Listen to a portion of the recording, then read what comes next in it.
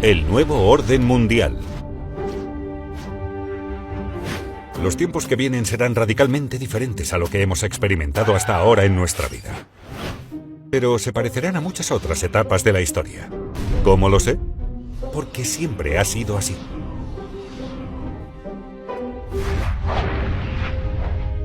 A lo largo de mis aproximadamente 50 años de inversión macroeconómica global, he aprendido por las malas que los acontecimientos más importantes que me sorprendieron lo hicieron porque nunca habían sucedido antes en mi vida. Estas dolorosas sorpresas me llevaron a estudiar los últimos 500 años de historia de situaciones similares, donde vi que, efectivamente, habían sucedido antes muchas veces, con los altibajos de los imperios neerlandés, británico y estadounidense. Y cada vez que ocurrieron, eran signo de un nuevo orden mundial. Estudiar esto me enseñó valiosas lecciones que te pasaré aquí en forma destilada. Hallarás la versión completa en mi libro Principios para enfrentarse al nuevo orden mundial. Permíteme comenzar con una historia que me trajo a este punto. Cómo aprendí a prever el futuro estudiando el pasado.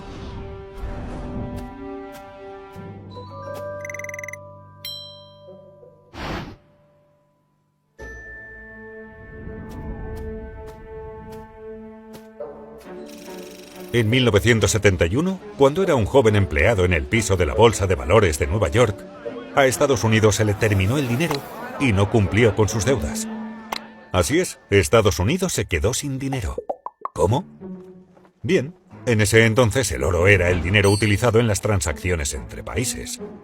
El papel moneda o billetes, como el dólar, era como los cheques de un talonario, en el sentido de que no tenía otro valor fuera de que se podía canjear por oro, que era el dinero real. En aquel momento, Estados Unidos gastaba mucho más dinero del que ganaba, y dando mucho más de esos cheques de papel moneda que el oro que tenía en el banco para canjear por ellos.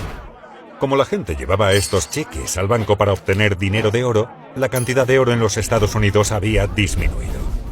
Pronto se hizo evidente que Estados Unidos no podía cumplir sus promesas por todo el papel moneda existente.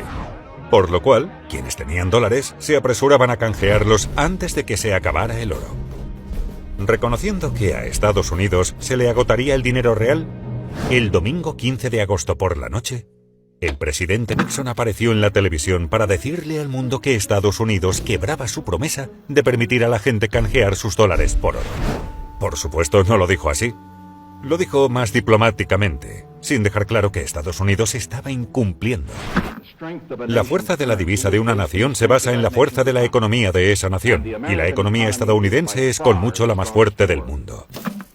En consecuencia, he dado instrucciones al secretario del Tesoro para que adopte las medidas necesarias para defender al dólar contra los especuladores. He ordenado al secretario Connally suspender temporalmente la convertibilidad del dólar en oro u otros activos de reserva, salvo en los montos y condiciones que se determinen en interés de la estabilidad monetaria y en el mejor interés de los Estados Unidos. Miraba con asombro, comprendiendo que se terminaba el dinero tal como lo entendíamos. Vaya crisis. Esperaba que el mercado de valores se desplomara al día siguiente, así que llegué temprano al piso de la bolsa para prepararme. Cuando sonó la campana de apertura, estalló el pandemonio, pero no como lo esperaba. El mercado estaba al alza, bien en alza, y continuó así hasta subir casi el 25%. Eso me sorprendió, porque nunca antes había experimentado una devaluación de la moneda. Cuando hurgué en la historia, descubrí que exactamente lo mismo sucedió en 1933, y tuvo exactamente el mismo efecto. También entonces los dólares de papel estaban vinculados al oro, que a Estados Unidos se le estaba terminando porque gastaba más cheques de dinero de papel del oro que tenía por el cual canjearlos. Y el presidente Roosevelt anunció por la radio que quebraría la promesa del país de canjear dólares por oro. Fue entonces cuando emití la proclamación que establecía el feriado bancario nacional. Y este fue el primer paso en la reconstrucción por parte del gobierno de nuestra estructura financiera y económica. El segundo paso, el jueves pasado, fue la legislación aprobada rápida y patrióticamente por el Congreso, confirmando mi proclamación y ampliando mis poderes, haciéndola posible en vista de la necesidad de tiempo para prorrogar el feriado y levantar la limitación de ese feriado gradualmente en los próximos días. Esta ley también otorgó la autoridad para desarrollar un programa. En ambos casos, romper el vínculo con el oro permitió a Estados Unidos continuar gastando más de lo que ganaba, imprimiendo simplemente más dólares de papel. Como aumentó el número de dólares sin un aumento en la riqueza del país, el valor de cada dólar cayó. A medida que estos nuevos dólares entraron en el mercado, sin un aumento correspondiente de la productividad, se usaron para comprar grandes cantidades de acciones, oro y materias primas, haciendo que sus precios aumentaran. A medida que estudiaba más historia, veía que la misma cosa había sucedido antes muchas veces. Vi que, desde el comienzo de los tiempos, cuando los gobiernos gastaban mucho más de lo que recaudaron en impuestos y las condiciones empeoraban, se quedaban sin dinero y necesitaban más. Entonces imprimían más, mucho más, haciendo que su valor cayera y aumentaran los precios de casi todo, incluidas las acciones, el oro y las materias primas. Ahí fue cuando aprendí por primera vez este principio. Cuando los bancos centrales imprimen mucho dinero para aliviar una crisis, compra acciones, oro y materias primas porque su valor aumentará y el valor del papel moneda caerá. Este imprimir dinero sucedió también en 2008 para aliviar la crisis de la deuda impulsada por las hipotecas. Y en 2020, para aliviar la crisis económica provocada por la pandemia. Y casi con certeza sucederá en el futuro. Por lo tanto, sugiero que tengas en cuenta este principio. Estas experiencias me dieron otro principio. Para entender lo que se te viene, debes comprender qué sucedió antes que tú estés. Ese principio me llevó a estudiar cómo la burbuja de la bulliciosa década de 1920 se convirtió en la depresión de 1930. Cosa que me enseñó a prever y aprovechar la burbuja de 2007, que se convirtió en el desplome de 2008. Todas estas experiencias me llevaron a desarrollar un impulso, casi instintivo, de buscar situaciones similares en el pasado para aprender cómo manejar bien el futuro. Órdenes nuevos.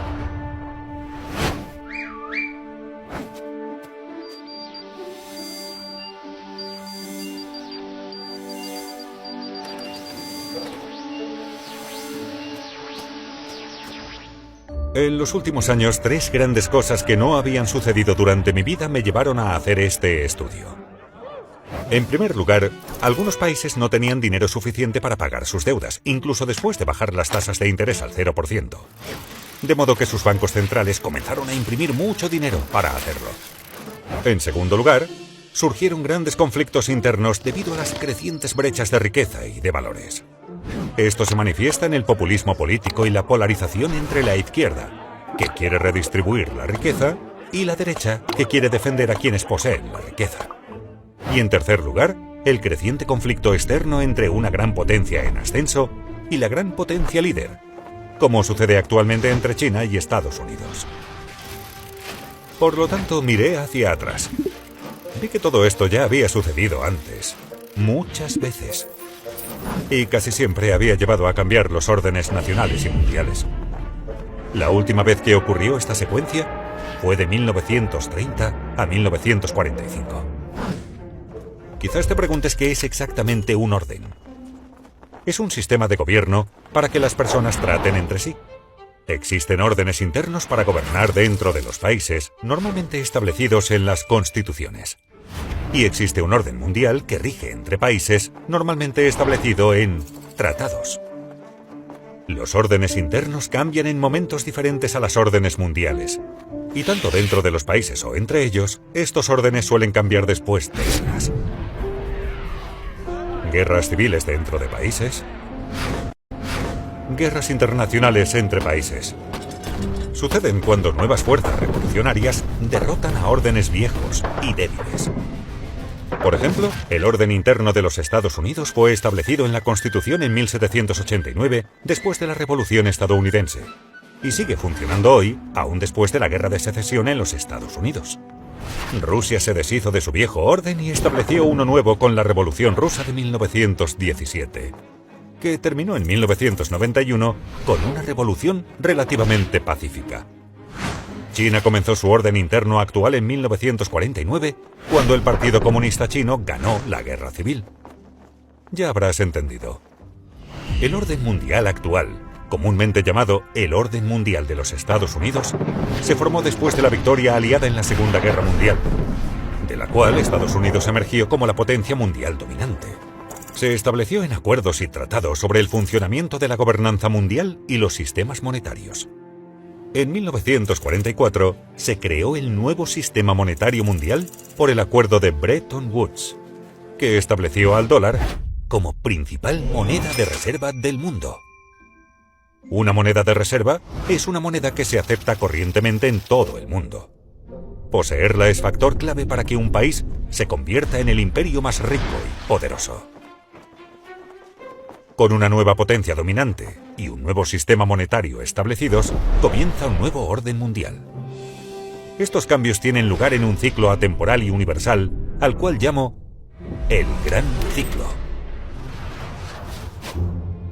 Comenzaré por una breve descripción general y después te daré una versión más completa. Tras ello, te remitiré a mi libro si deseas saber más.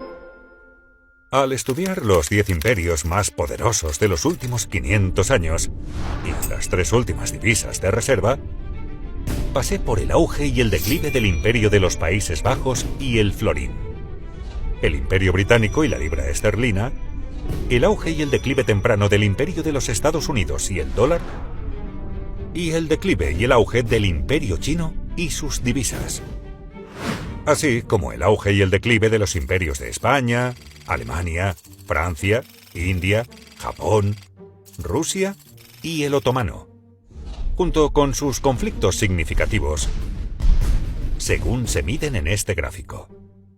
Para entender mejor las pautas de la China, estudié también el ascenso y la caída de las dinastías chinas y sus divisas, retrocediendo hasta el año 600.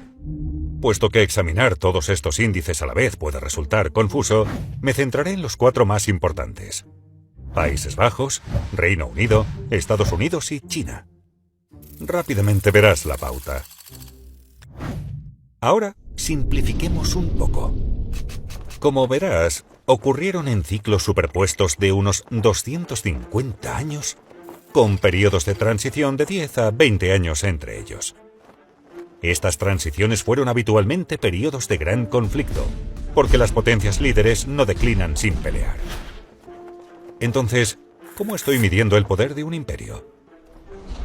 En este estudio utilicé 8 métricas. La medida del poder total de cada país se obtiene promediando las 8.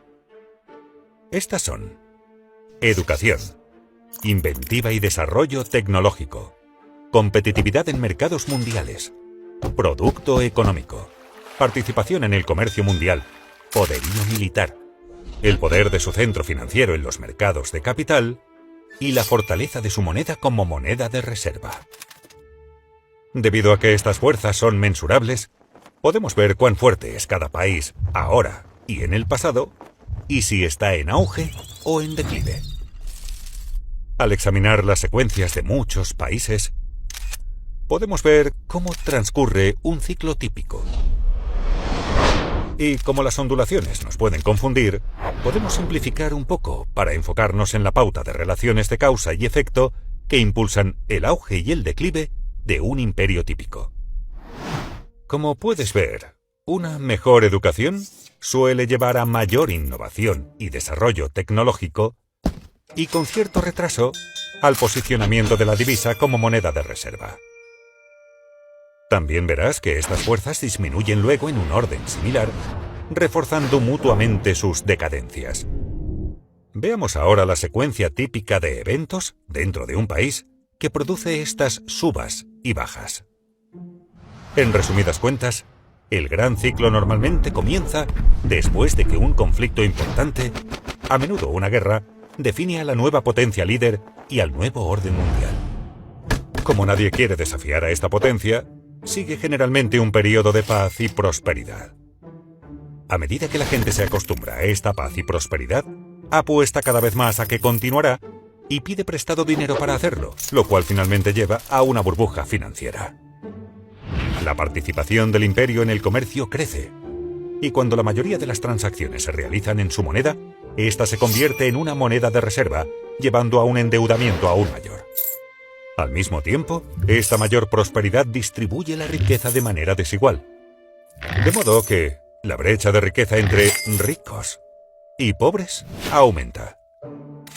Finalmente, la burbuja financiera estalla, conduciendo a imprimir dinero y al aumento del conflicto interno entre ricos y pobres, que a su vez lleva a alguna forma de revolución para redistribuir la riqueza. Esto puede suceder pacíficamente o como una guerra civil. Mientras que el imperio lucha con este conflicto interno, su poder disminuye en relación a los poderes rivales externos en ascenso.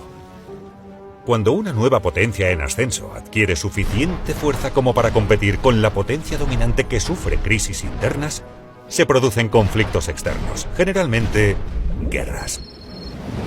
De estas guerras internas y externas surgen nuevos ganadores y perdedores. A continuación, los ganadores se reúnen para crear el nuevo orden mundial.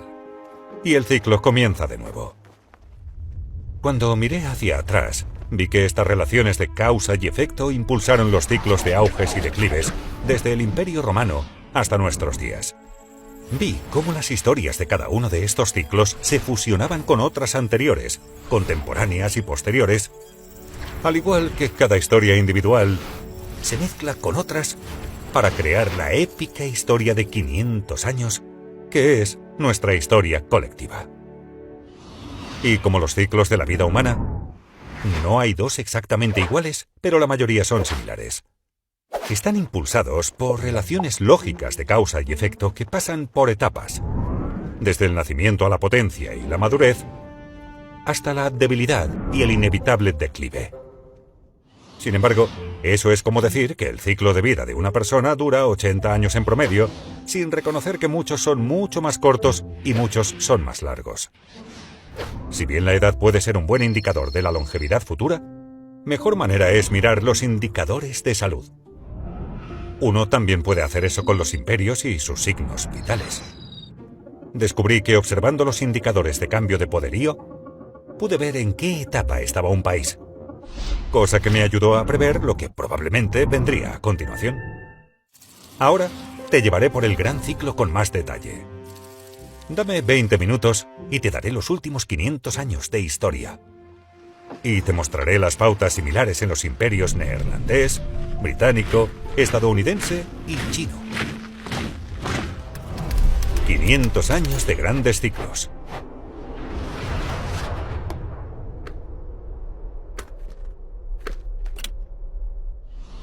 Voy a describir el ciclo típico dividiéndolo en 3 fases: auge, cima y declive. El auge. Los nuevos órdenes emergentes, tanto internos como externos, suelen ser iniciados por poderosos líderes revolucionarios que hacen 4 cosas.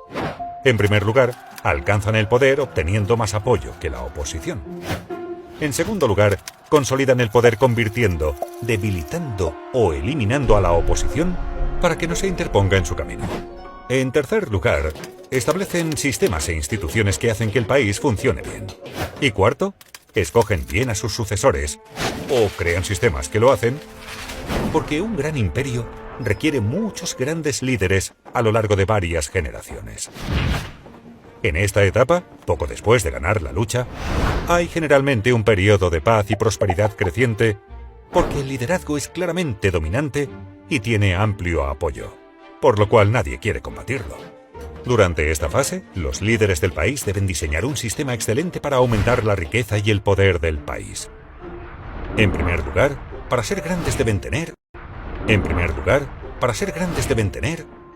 una educación fuerte, que no es solo enseñar conocimientos y destrezas, sino que también fortaleza de carácter, civismo y ética de trabajo. Estos se enseñan usualmente en la familia, las escuelas y las instituciones religiosas. Así se proporciona un respeto saludable por las reglas y las leyes, el orden dentro de la sociedad, la corrupción baja y los capacita para unirse para un propósito común y trabajar bien juntos.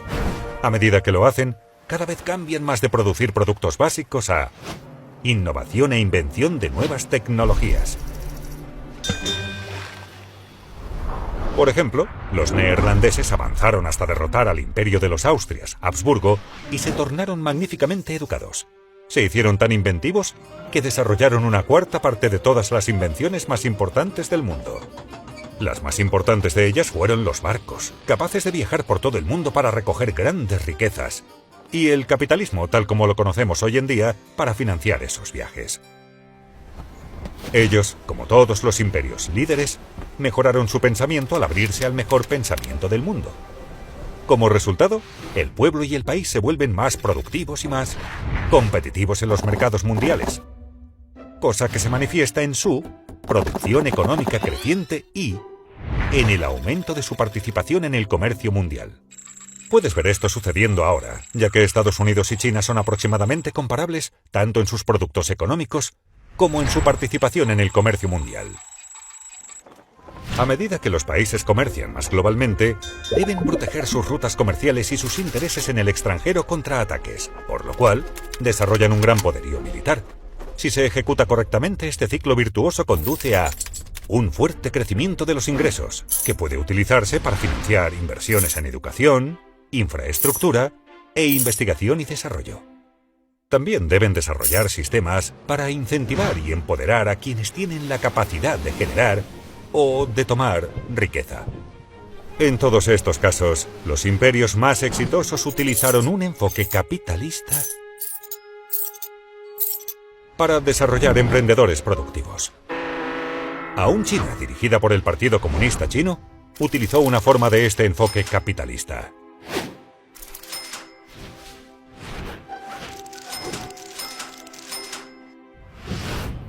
Deng Xiaoping, cuando se le preguntó sobre esto, dijo: "No importa si es un gato blanco o un gato negro, mientras atrape ratones. Y también es glorioso ser rico". Para hacerlo bien, deben desarrollar sus mercados de capitales. Lo más importante, sus mercados de crédito, bonos y acciones. Esto permite a la gente convertir sus ahorros en inversiones para financiar la invención y el desarrollo y compartir los éxitos de quienes hacen suceder cosas maravillosas. Los neerlandeses crearon la primera compañía cotizada en bolsa, la Compañía Holandesa de la India Oriental, y el primer mercado de valores en financiarla, que fueron partes integrales del sistema que produjo enorme riqueza y poder. Como consecuencia natural, los imperios más grandes desarrollan los principales centros financieros del mundo para atraer y distribuir el capital mundial. Ámsterdam fue el centro financiero mundial durante la primacía de los Países Bajos. Londres, cuando los británicos estaban en la cima. Nueva York lo es ahora, y China está desarrollando rápidamente sus centros financieros. Y lo más importante, los capitalistas, el gobierno y los militares deben trabajar juntos. Los neerlandeses no solo trabajaron bien juntos, sino que eran una misma cosa. El gobierno concedió un monopolio comercial a la Compañía Neerlandesa de la India Oriental, la cual tenía su propia fuerza militar autorizada oficialmente para salir a los mercados globales para crear y tomar riqueza. Los británicos los siguieron con la Compañía Británica de las Indias Orientales, con una coordinación similar de sus operaciones gubernamentales, comerciales y militares. El complejo industrial militar estadounidense siguió su ejemplo, al igual que el sistema chino actual. A medida que el país se convierte en el mayor imperio comercial internacional, sus transacciones pueden ser pagadas con su divisa, convirtiéndola en el medio de intercambio mundial preferido. Y como su moneda es tan ampliamente aceptada y utilizada con frecuencia, la gente de todo el mundo quiere ahorrar en ella, convirtiéndola en el depósito de valor preferido. Y por lo tanto, la principal moneda de reserva del mundo. El florín fue la principal moneda de reserva del mundo cuando los neerlandeses lideraban el comercio mundial. La libra lo fue durante el liderazgo británico y el dólar lo es desde que comenzó el liderazgo de Estados Unidos. Naturalmente, la divisa china se está utilizando cada vez más como moneda de reserva. Tener una moneda de reserva permite al imperio tomar prestado más que otros países. Esa ventaja es enorme. Piénsalo. La gente de todo el mundo está ansiosa por ahorrar y, por lo tanto, prestar su divisa de vuelta al imperio. Los países sin una moneda de reserva no tienen eso. Y cuando al imperio se le termina su propio dinero, ¿recuerdas a los Estados Unidos en 1971? Siempre puede imprimir más. El privilegio exorbitante que otorga la moneda de reserva del imperio lleva a aumentar el endeudamiento y al inicio de una burbuja financiera.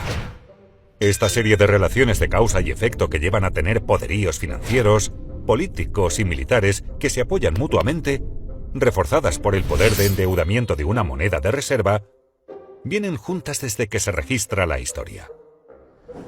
Todo imperio que se convirtió en el más poderoso del mundo siguió este camino a la cima.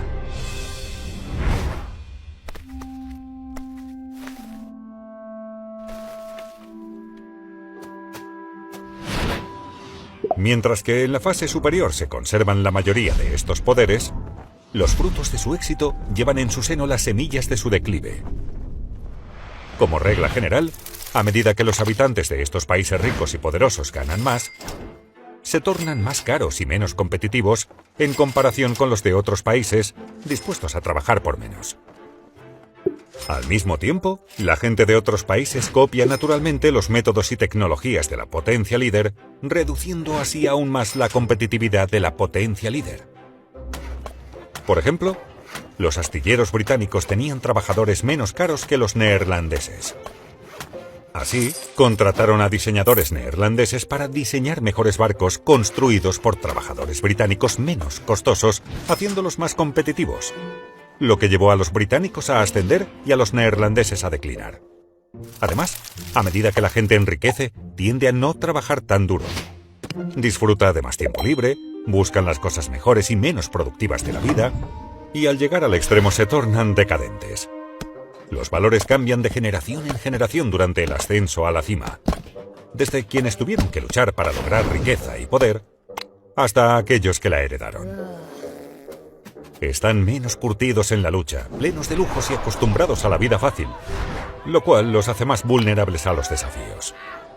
La edad dorada del imperio neerlandés.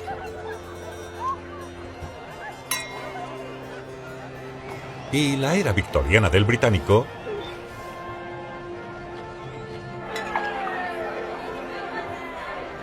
fueron períodos de gran prosperidad como este.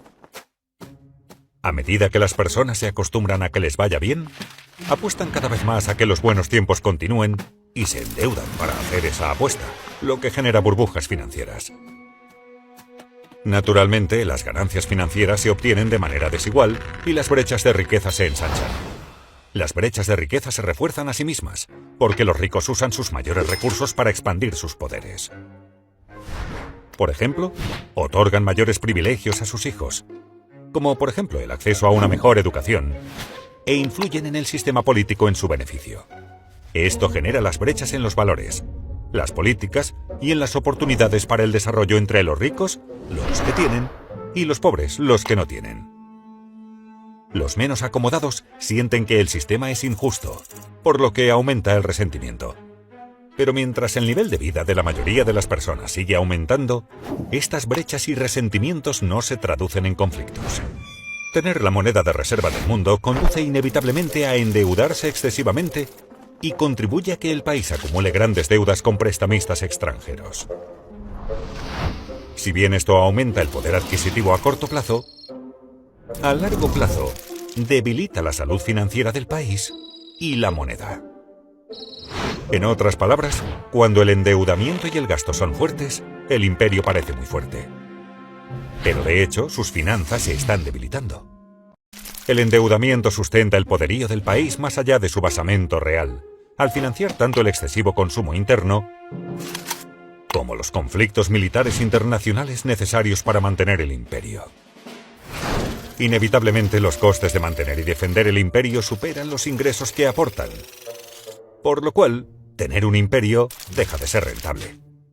Por ejemplo, el imperio neerlandés se extendió excesivamente por todo el mundo y libró, una tras otra, guerras cada vez más caras contra los británicos y otras potencias europeas para proteger su territorio y sus rutas comerciales. De manera similar, el Imperio Británico se tornó un aparato masivo y burocrático y perdió sus ventajas competitivas a medida que las potencias rivales, en particular Alemania, levantaron vuelo, conduciendo a una carrera armamentista cada vez más cara y a una guerra mundial. Estados Unidos ha gastado unos 8 billones de dólares en guerras extranjeras y sus consecuencias desde el 11S.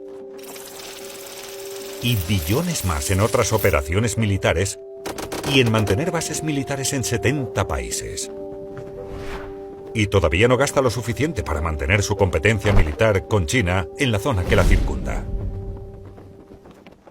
En este ciclo, los países más ricos eventualmente se endeudan cada vez más al tomar prestado de países más pobres que ahorran más, una de las primeras señales de una transferencia de riqueza y poderío. Esto comenzó en Estados Unidos en la década de 1980, cuando tenía un ingreso per cápita 40 veces mayor que el de China, y comenzó a pedir prestado a los chinos que querían ahorrar en dólares, porque el dólar era la moneda de reserva del mundo. Análogamente, el Reino Unido tomó mucho dinero prestado de sus colonias, mucho más pobres, y los neerlandeses hicieron lo mismo en su cima. Si al imperio se le comienzan a agotar los nuevos prestamistas, aquellos que tienen su moneda comienzan a tratar de vender y salir en lugar de comprar, ahorrar, prestar y entrar.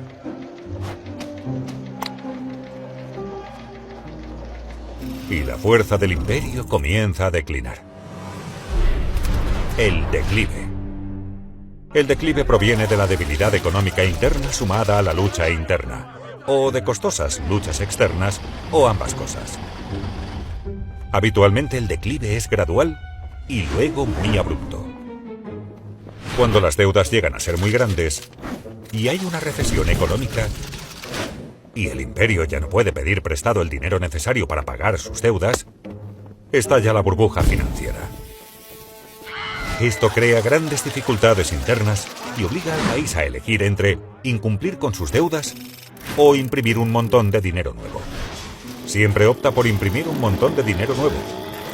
Al principio gradualmente y finalmente en forma masiva. Eso hace perder valor a la moneda y aumenta la inflación. Para los neerlandeses esta fue la crisis financiera provocada por los excesos financieros y el financiamiento de la Cuarta Guerra Anglo-Neerlandesa. Análogamente para los británicos, fue pagar por sus excesos financieros y por sus deudas de las dos guerras mundiales.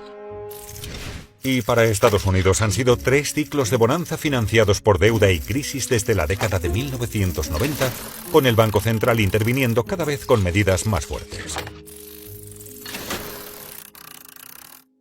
Cuando el gobierno tiene problemas para financiarse a sí mismo, cuando hay malas condiciones económicas y los niveles de vida de la mayoría de la gente están disminuyendo, y hay grandes brechas de riqueza, de valores y políticas, los conflictos internos entre los ricos y los pobres, así como los diferentes grupos étnicos, religiosos y raciales, aumentan considerablemente. Esto conduce al extremismo político que se manifiesta como populismo, de izquierda o de derecha. Los de izquierda buscan redistribuir la riqueza, mientras que los de derecha buscan mantener la riqueza en manos de los ricos. En esos tiempos es habitual que los impuestos a los ricos aumenten.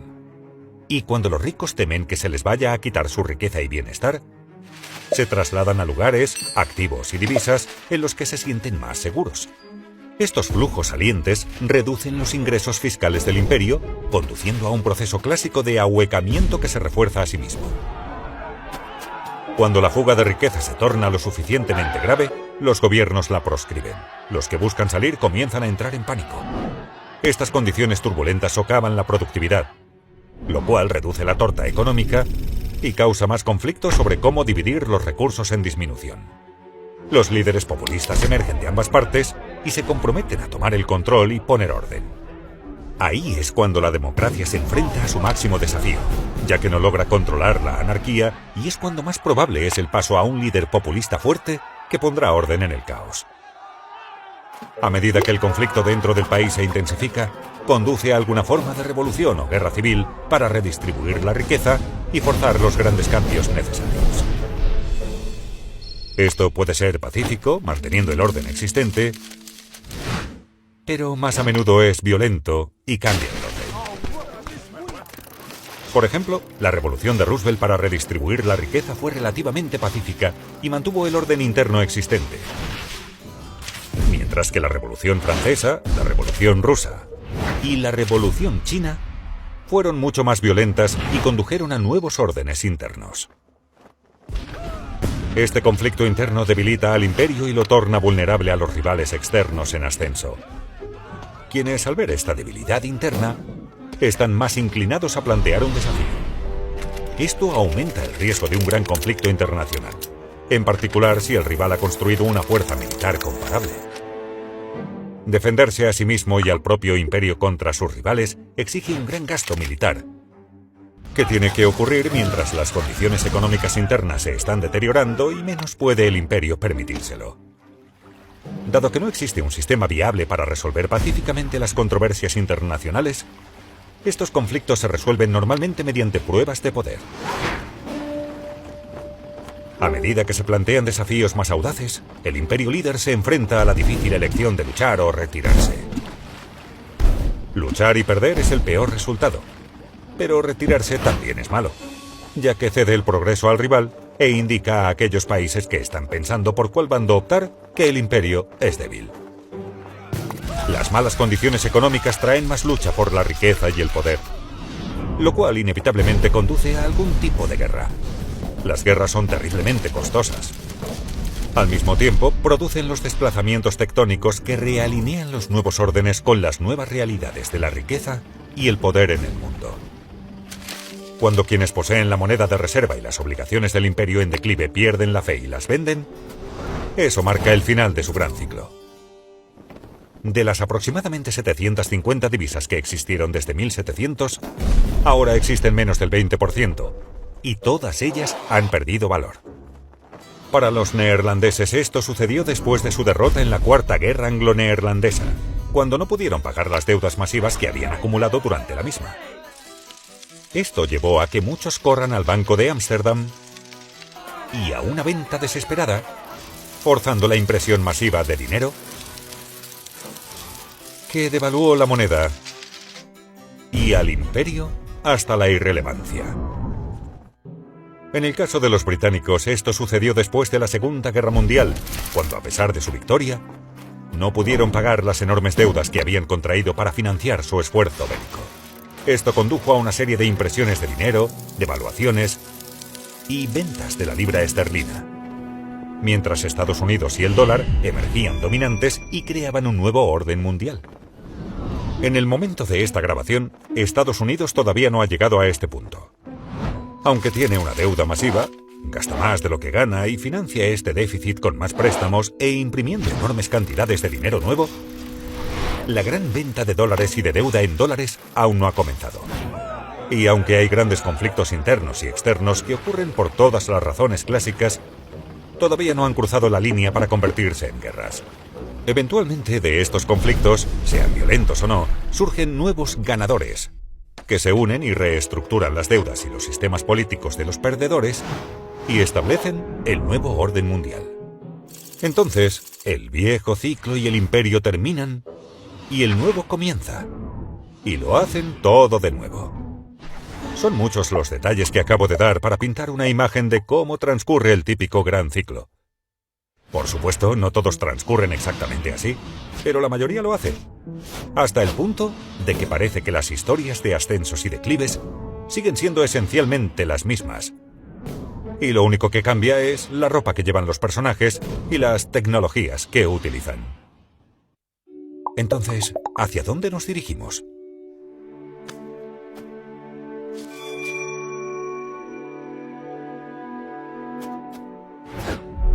El futuro.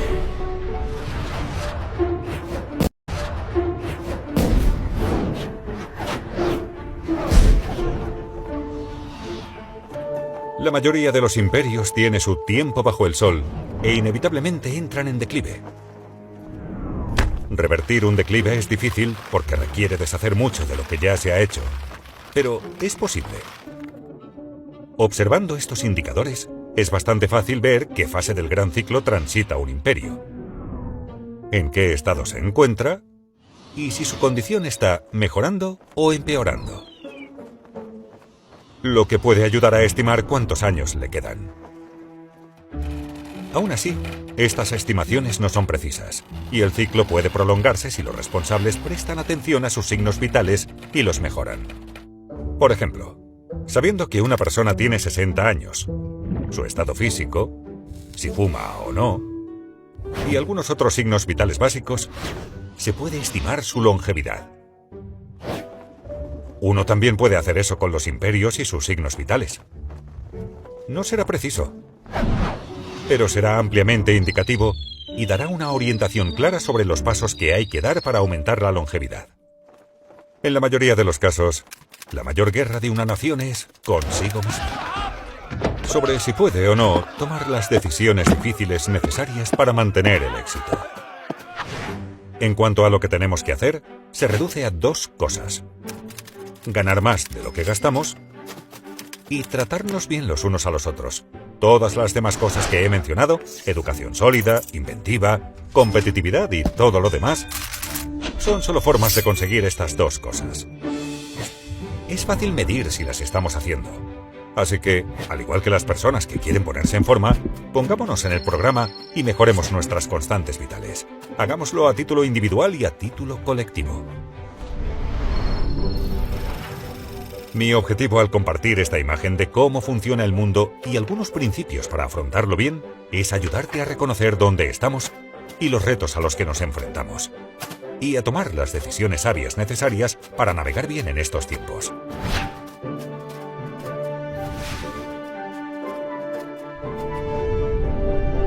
Como hay mucho más que discutir y se nos ha acabado el tiempo, pueden aprender más en mi libro Principios para enfrentarse al nuevo orden mundial.